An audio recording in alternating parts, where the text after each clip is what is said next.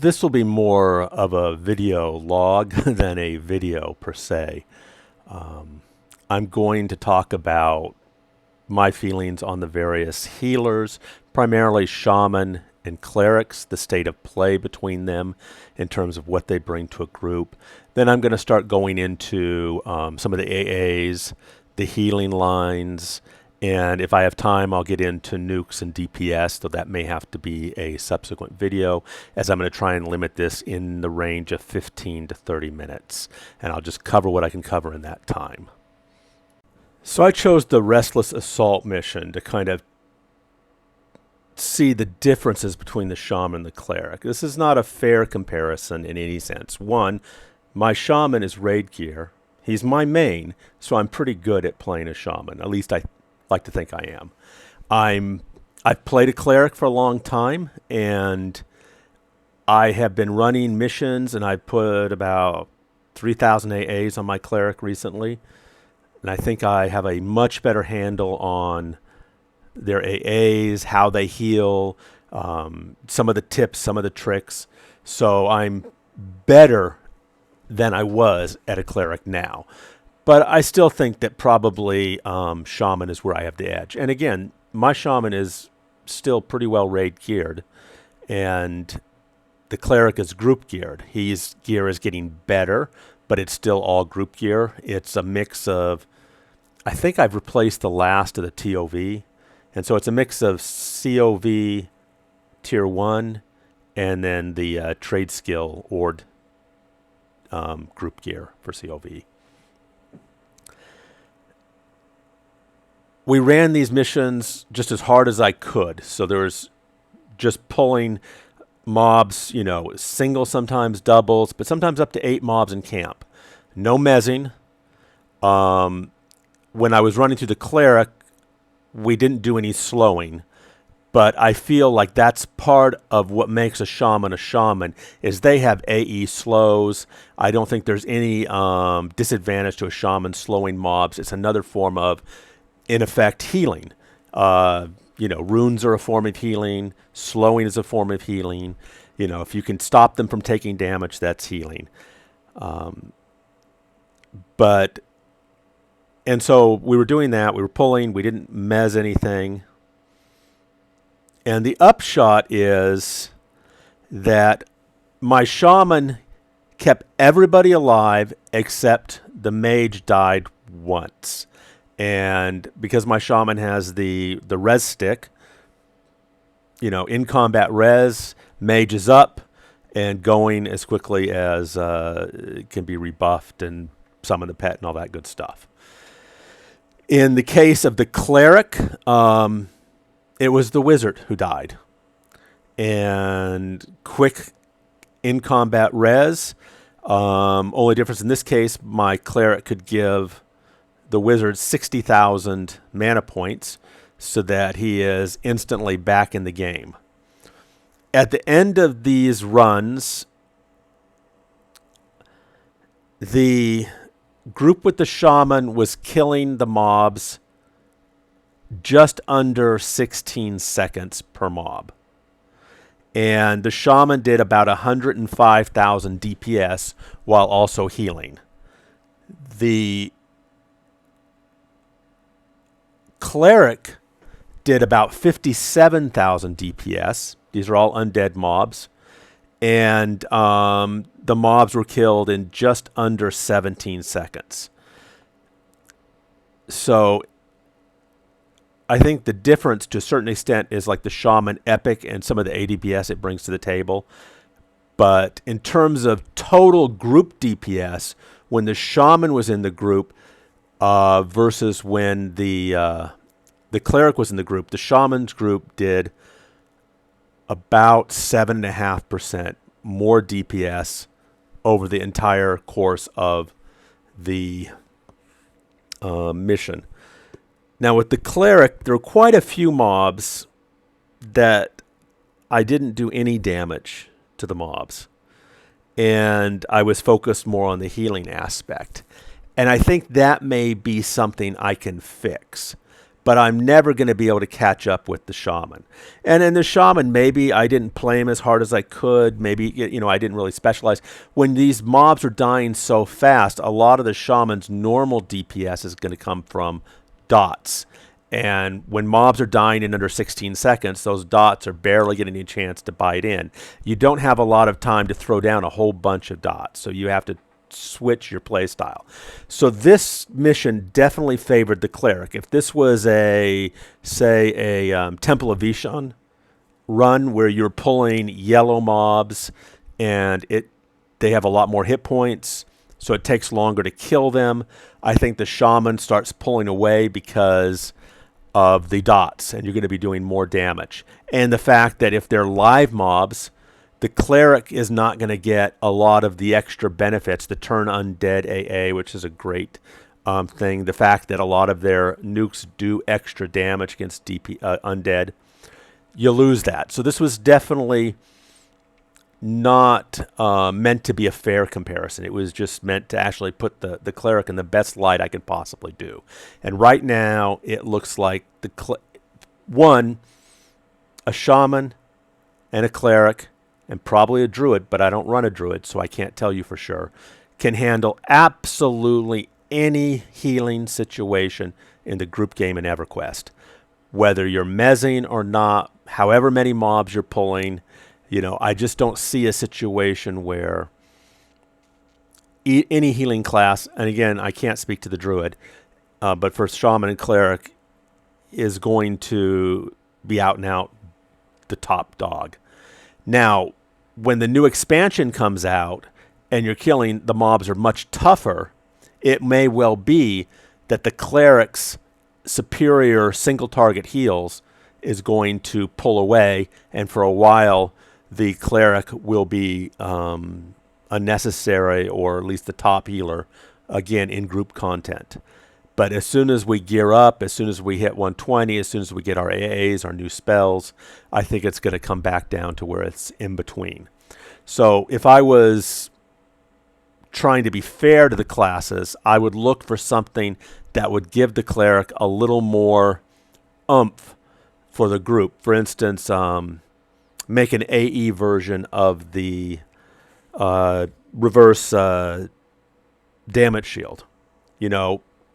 Just as the Shaman has AE slow and AE tash, I think it would be fair to give the Cleric the AE mark of Wenglocks, so that if there's 7 or 8 mobs in camp, all of them now are marked with that right away, versus making him spend 3 seconds to hit each mob with that mark if he chooses to.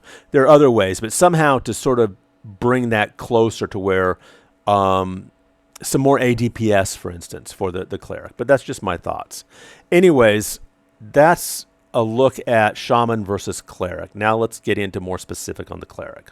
So I guess I still am comparing a little bit the Shaman versus the Cleric, because I thought we should talk about mana regeneration. Because one of the things, Shaman are always known that there's sort of unlimited founts of mana. That's because they have Canny 5, the AA, which restores 65,000 mana points every 2 minutes in return for 150,000 points of damage. But when you're a healing class, that 150,000 points of damage doesn't matter, because it's going to be healed up almost as a matter of course just from casting Squall or any of the other group heals. You're not spending additional mana to recover that damage. And, a modern raid-geared Shaman is going to have well over 400,000 hit points, probably around 450,000 buff, if I'm thinking correctly. But it's not as big a difference as you think. Now, in this case, I'm comparing a raid-geared Shaman with a group Cleric and looking at combat mana regen when both have the Enchanter mana regen buff on. So we start out with a base of 804 versus 619. And if you add Armor of Sincerity, if the Cleric uses Armor of Sincerity, then that's going to jump up to 804 versus 729. Fairly close. If we equalize it, add about 175 or so to the Cleric to compensate for the difference in gear, we see right out the bat that the cleric actually starts out perhaps a little higher because he has Armor of Sincerity. Now, if we take what the Shaman can get through Canny 5 and Ancient Bargain, which is the spell mana conversion buff they have, it comes out to around 1,500 mana points every 6 seconds being regened versus 1,000 mana points for the cleric if he's yalping. And I think you should yalp. The AA, if you've got that maxed, it's just as good as the spell. And that regenerates twice the mana regeneration, roughly, of the Enchanter buff. So throw the Enchanter buff plus Yalp, and then we equalize the 60,000 mana points they get every 20 minutes from Quiet Prayer or Veterinkas, however you want to do it. We're seeing there's about a 500-point difference in Shaman mana regen. On the other hand, if you start looking at their spells, you'll see that the top 3 single target heals the Shaman casts, and I'm looking at the lower end of the adjusted mana range based on gear. So the Shaman spending about 5,350 points in mana versus 3,850 for the Cleric. Now that's raid gear focus versus group gear focus. The distinction may be even greater if we put them in similar gear. It's the same with the Twin Nuke. The Shaman has a Wintry Gift, which basically means you target your main tank, and then whatever he's targeting is going to get nuked, and it does a twin buff for the next certain amount of heals, which they usually do with Squall. It's a great combination. The Clerics is the reverse. You target the mob, and then it will cause a twin effect for the next few heals that you send out. And, as we can see, the Cleric spells are not as great. I mean, not as mana intensive. So I would argue that in reality, Shaman and Cleric are fairly close. And actually, that reality bears out. When I'm running the Cleric, he usually stays around 98% mana. And when I'm running the Shaman, he's usually in the 75 to 80% range in mana. And that's, he doesn't go below that because the Shaman is just a cost of the nukes and whatever. He's using a twin dot, that type of thing, to go through fairly fast. You should not run out of mana. That should not be an issue whether you're playing a Shaman or a Cleric. Now, if you are doing full-on dotting as a Shaman, you are going to stress your mana regen capability, but you're not going to overwhelm it. And as the Cleric, you are usually not going to use your 60,000 point mana regen for yourself. You're going to use it to feed whoever needs that mana the most, whoever's your high DPS mana using group mate. You're going to feed him 60,000 mana every 20 minutes and help him keep, so that's essentially ADPS. As a Shaman and as a Cleric, you are not going to be running out of mana at all. The technical edge on this does go to the Shaman. He regenerates mana faster.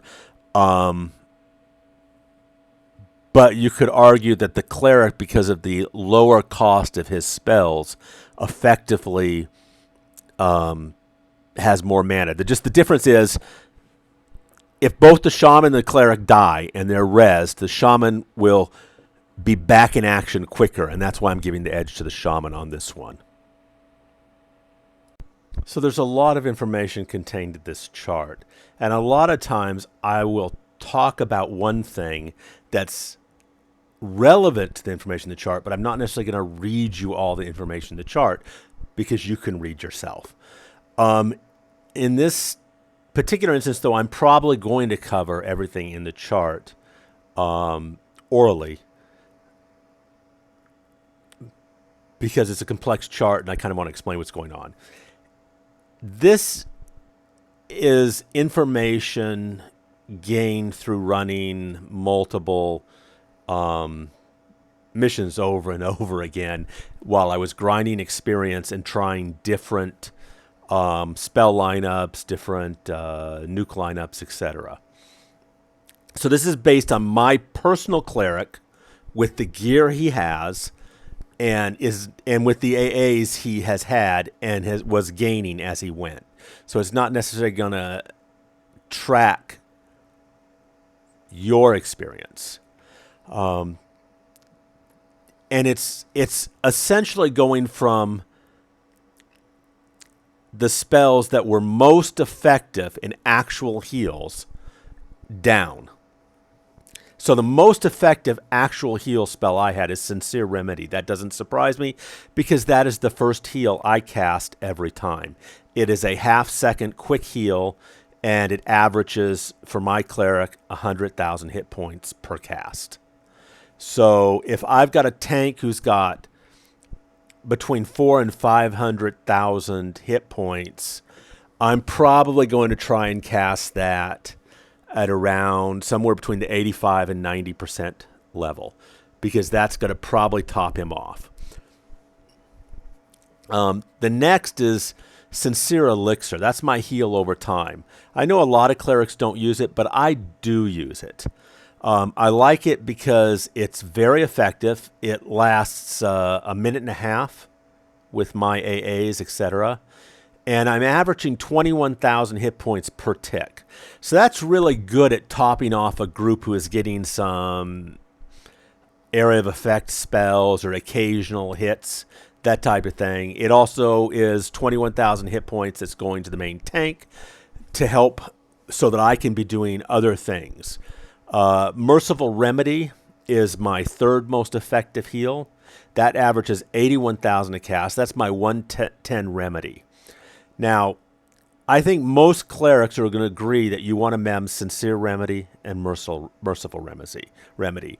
They're two half-second, very fast heals. The question and the difference becomes, what is your third heal going to be? Because if you just have Sincere Remedy and Merciful Remedy memmed, they're going to be locked out a part of the time. You need a third heal at least so that you can keep this continuous rotation.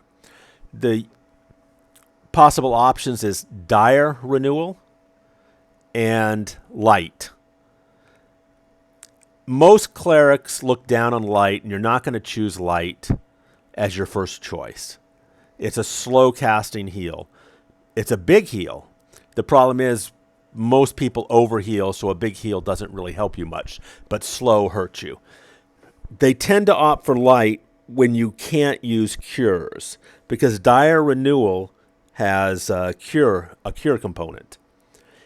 In the group setting, I can't think of many cases where you don't want to use cures. There are certain missions, and you'll know about them in advance, but generally speaking, cures are a good thing. And I'll get into that why too. So Dire Renewal or Light are two options. The other is your very quick 17th heal.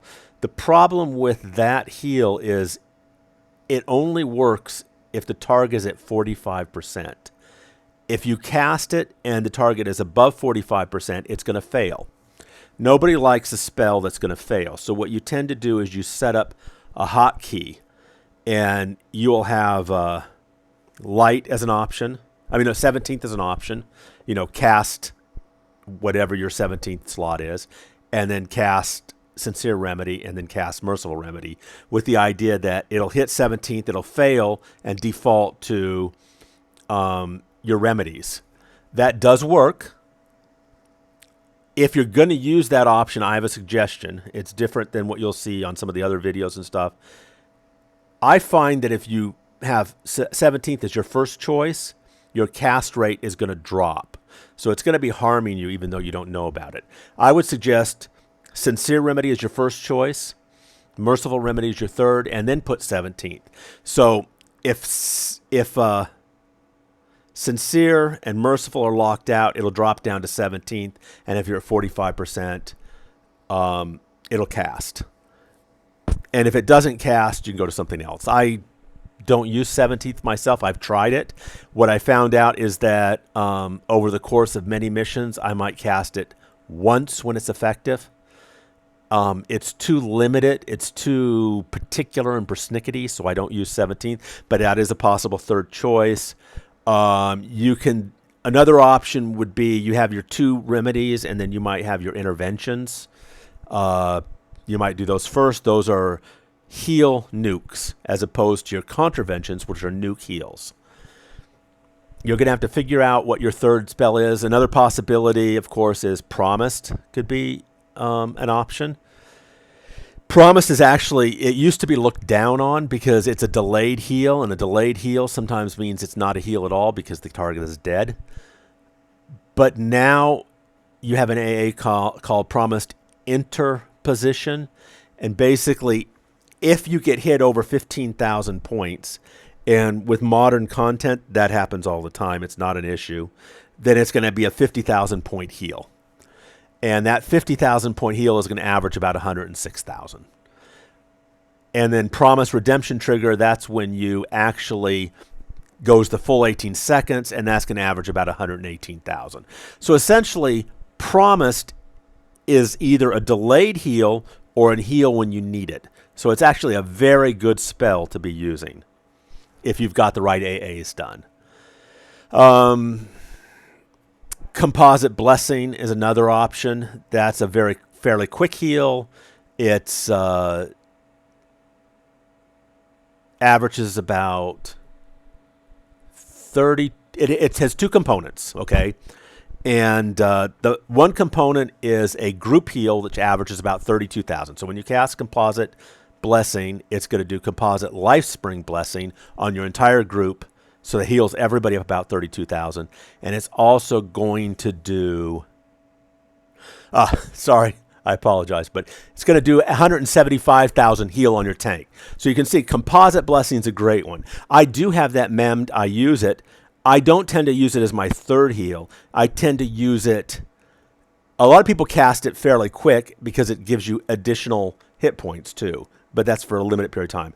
I use it when my tank is like around 50%. Because it's a quick, snappy heal. Big heal, brings them back to full, heals the group. When that happens, probably I need something here. So this is a group heal, a tank heal. I like to keep it in reserve. But it is my 4th most effective heal. When I do use it, it tends to be, because I wait till around 50%, it tends to be almost, very effective. The next one isn't an actual heal. It's Recourse of Life, and that's an AA. Recourse of Life is an AA you can get. And it's one reason why you want to have direct damage nukes in your lineup and stuns. Because every time you use one, it has a 25% chance to proc Recourse of Life, which lasts for 2 minutes. It has a base heal of 30,000. And it also includes a 40,000 point, effectively a rune, I guess you'd call it. It's additional damage that it will prevent. So it's very good. If you're using nukes, you're going to have Recourse of Life up probably all the time, and it's going to be refreshed fairly often because the 25% proc rate is pretty high, especially if you're nuking. So I said it has a 30,000 base. My Cleric averages 93,000, and that's a group heal, and it's coming up a lot. So when you talk about like Shaman Swell and how they have this, they're always doing group healings, and you kind of get the feel that a Cleric is probably best at the single target, and the Shaman is great at group heals. That's a little bit of a misnomer. Shaman do great group heals, and they do good single target heals. And Clerics do great single target heals, and they are also constantly healing the group, whether through Elixir, Recourse of Life, And then we have Focus Celestial Regeneration. I use that pretty often. That's 30,000 a tick. Average I get out of a base of 18,000. And I just throw that on when my tank is about 95%. Just, I just tend to use it as is up. Arms of Holy Wrath Recourse is a proc I get from my two-handed weapon. And I recommend the two-handed weapon for the most part. We're not tanking. The shield doesn't matter as much. We like a big proc. Arms of Holy Wrath Recourse procs from my direct nukes. And it's a 4,000 base heal, and it also restores like 750 mana points, which is another partial reason why I'm always sitting at like 98, 99% mana. It's a 4,000 heal, average is about 15,000 per proc for me. And that's the Arms Holy Wrath. There's also a damaging proc.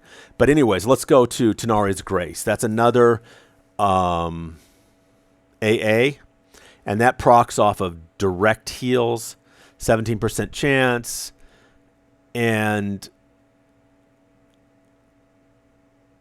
I average about 64,000 whenever that procs. It's a group heal. So you're constantly direct healing. Well, 17% is not super high, but since you're constantly casting direct heals, it goes off fairly often. And boom, 64,000 hit points. You'll find your group is being healed without you ever having to do much. But then you have Dire Renewal. That's my third spell of choice for the most part. Base 27,000. I average 223,000. It's a 1 second, or maybe 1/2 seconds. It's a fairly fast casting spell. It's not Sincere Remedy fast, but it is. Okay, it's a 2 second cast. Base 3 seconds, goes 2 seconds. So that's my choice. And you can either do, I tend to go the remedies first and then Dire Renewal. And I usually cast Dire when my main tank's around 80%. Don't let them go too much lower than that. Divine Arbitration Click, Epic Click. Those are instant heals. So they're always great if suddenly something goes wrong and you see somebody is down to, 20% or 30. Suddenly, you're just like, oh my gosh, he needs heal. Just hit that and they will be healed up. Holy Soothing is another non-heal heal that clerics get. Basically, I have my Threaded Boon of Potential belt that has a base 5,000 heal. So you think to yourself, it's a group heal, 5,000 group. That's kind of small, but it averages about 19 per proc. Procs pretty darn often. Then we have Abundant Healing, which is another AA. Heal over time. It procs 25% from casting heals. And so it's always going to be up. Base 16,000 per tick. It lasts for 6 seconds, but 6 ticks, but it's going to be refreshed fairly often. And there's also a chance to do an additional 10,000. I don't know how that exactly works because it doesn't get picked up in game parse as easily as some of the others. So it's a base of 16. I average 25,000. Then we have Burst of Life, AA, a single target heal. I keep this in reserve because it is an instant heal, and I usually use it on the main tank because that's where I'm focused.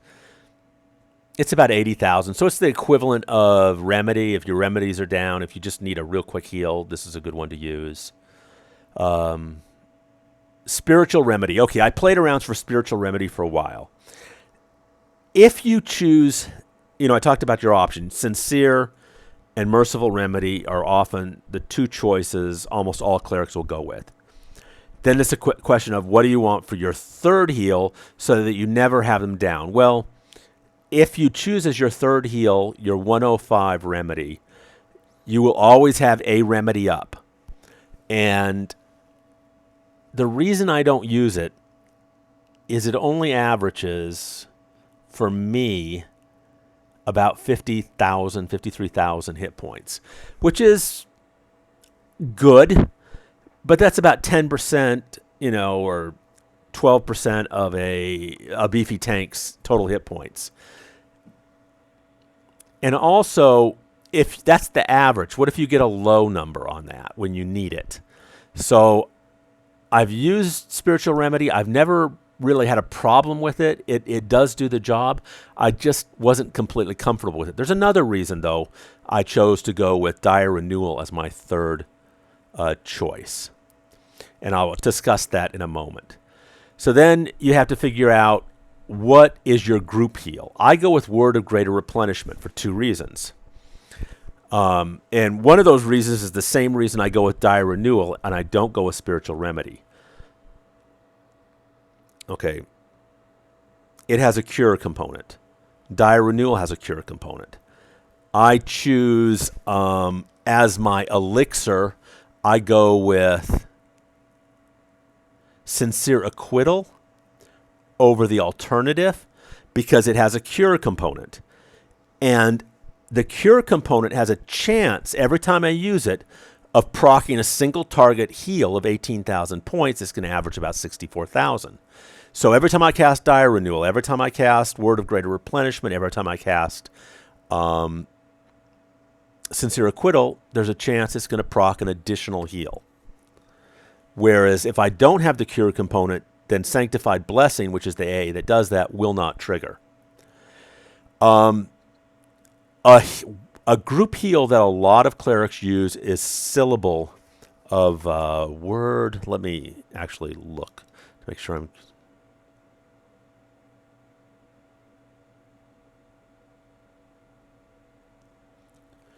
Okay, it's the current version is Syllable of Soothing.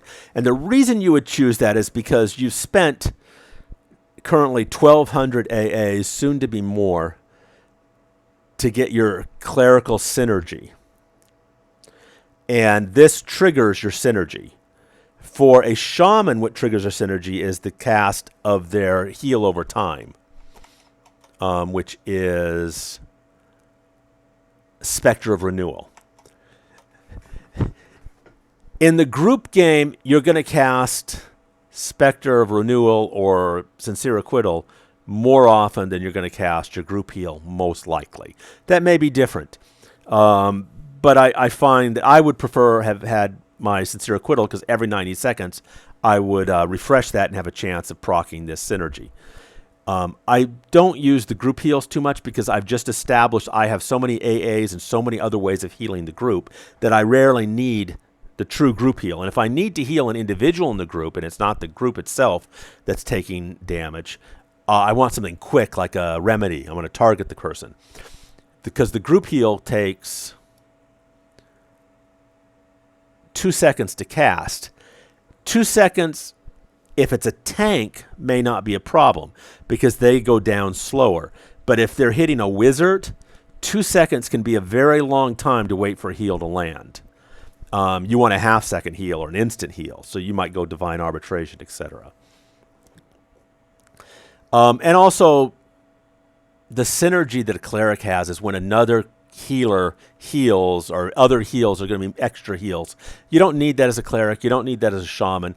It's only helpful if you're like in a raid environment where everybody's healing everybody, in my opinion. So I don't put a priority on proccing synergy as a cleric or as a shaman in the group environment. If you're a mage, if you're a wizard, if you're an enchanter, every other class, their synergies are great and effective. These synergies are most effective in the raid environment, less effective in the group environment, in my opinion, especially when you only have one healer and you're already able to heal everything that needs to be healed. So... Beacon of Life. Okay, I mentioned Promise Redemption. I use that a lot. That's a quarter-second heal. And if you throw it on your tank, since he's going to get over 15,000 point hits all the time, that's like throwing a 100,000 or 118,000 heal on him. And if he doesn't need it, then in 18 seconds it will go off in the normal case. And, you've got 118,000 heal. You can also throw it on other people. Somebody like the Puller, of course, is great. Anytime a situation where they might encounter damage soon, you can pop that on them. So those are kind of the heals that I use. Now, what I haven't talked about here are your interventions and your contraventions, and I will talk about those. There's some interesting things to talk about them and some good tricks to know. Whether I talk about them in this video or the next depends on how long this is going. I don't feel like this was the best organized video I've done, or how useful what I've mentioned is. But I have run into that wall I mentioned. This is over 35 minutes now. So there's going to have to be a part 2. In part 2, I'm going to talk about DPS in general, nukes, etc. Synergy, not just cleric synergy, but wizard synergy, mage synergy, enchanter synergy, etc. Things you need to do to trigger it, why you might put something in your spell line, interventions, contraventions. I'm going to go into Purified Ground a little bit, which is something you don't see and where it might be useful. Mark versus Retort. I'm going to look at your, Shining Aegis, Protection of Eye, or the Revenant, auras in general, which I think goes without saying when you look at what I'm talking about above. So that's going to all be covered in part 2 of this, and I will say goodbye for now. You guys take care.